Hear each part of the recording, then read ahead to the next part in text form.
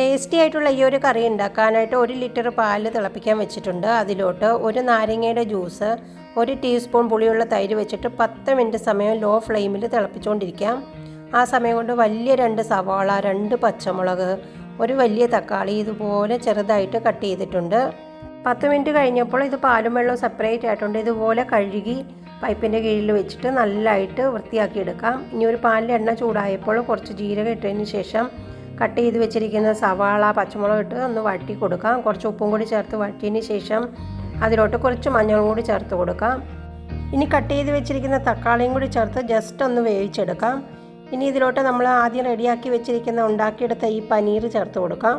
വെള്ളം ഒട്ടും തന്നെ ഉണ്ടാവാൻ പാടില്ല. അതിനുശേഷം നമുക്കിത് നന്നായിട്ടൊന്ന് ഇളക്കി 2 മിനിറ്റ് സമയം ഒന്ന് അടച്ചു വെച്ച് വേവിച്ചിട്ട് എടുത്തിട്ടുണ്ടെങ്കിൽ നമ്മുടെ കറി റെഡിയാണ്.